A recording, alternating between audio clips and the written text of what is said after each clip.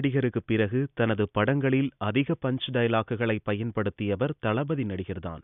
இந்நிலையில் படிப்படியாக தனது படங்களில் பஞ்ச் டயலாக்குகளை குறைத்துக் கொண்டு வருகிறாராம் தளபதி நடிகர். தான் சாதாரணமாக பேசினால் கூட அதை அரசியலாக்கி விடுவார்கள் என அந்த பஞ்ச் டயலாக்குகளை எல்லாம் இயக்குனரிடம் சொல்லி தூக்கிவிட்டாராம் நடிகர். ஷங்கர் இயக்கத்தில் 2.0 படத்தில் தற்போது நடிக்கிறார் ரஜினி. இதன் பெரும் பகுதி படப்பிடிப்பு முடிந்திருக்கிறது. தொடக்கத்தில் இப்படத்திற்கு வில்லன் தேர்வு செய்வதில் தாமதம் ஏற்பட்டது. வில்லன் வேடத்தில் சரத்குமாரை நடிக்க வைக்க எண்ணிய ரஜினி இது பற்றி அவரிடம் பேச அவரும் நடிக்க காத்திருப்பதாக கூறினாராம். இது பற்றி ஷங்கரிடம் ரஜினி கூறிய போது, படத்திற்கு இன்டர்நேஷனல் அங்கீகாரம் கிடைக்க வேண்டும் என்பதால் ரஜினியின் யோசனையினை மறுத்துவிட்டாராம் ஷங்கர். ஆள் அமைதியாக இருப்பார், ஆனால் செய்கிற வேலைகள் பயங்கரமாக இருக்கும். அவர் நல்லவரா கெட்டவரா சைக்கோவா விபரமான ஆளா என்று கண்டுபிடிக்க முடியாது.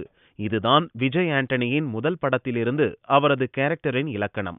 இதனை மீண்டும் நிரூபிக்கும் படமாக 2 தினங்களுக்கு முன் வெளியான சைத்தான் பட டீசரும் நிரூபித்துள்ளது. சைத்தான் டீசர் தான் தற்போது பெரும் வரவேற்பினை பெற்றுள்ளது.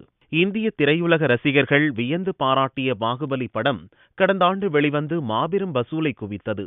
தற்போது உருவாகி வரும் 2ஆம் பாகம் வெளியாகும் போதும் மக்கள் பாராட்டினையும் வசூலையும் குவித்துவிட வேண்டுமென்ற எண்ணத்தில் ஜரூராக வேலை செய்து வரும் படக்குழுவினர் மிகவும் நுணுக்கமாக பல விஷயங்களை படத்தில் புகுத்தி வருகின்றனராம்.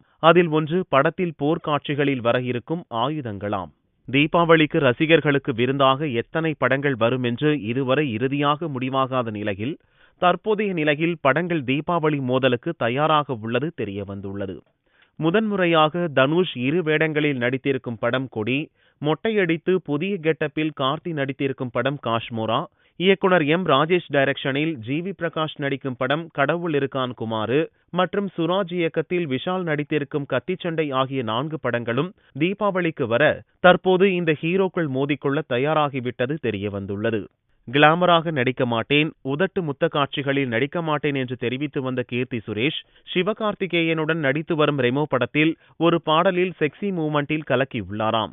இதனை சற்றும் எதிர்பாராத ரெமோ யூனிட்டில் உள்ளவர்கள் கிறங்கி போனார்களாம். அப்படி ஒரு அசத்தலான பெர்ஃபார்மன்ஸ் கொடுத்திருக்கிறாராம் கீர்த்தி சுரேஷ்.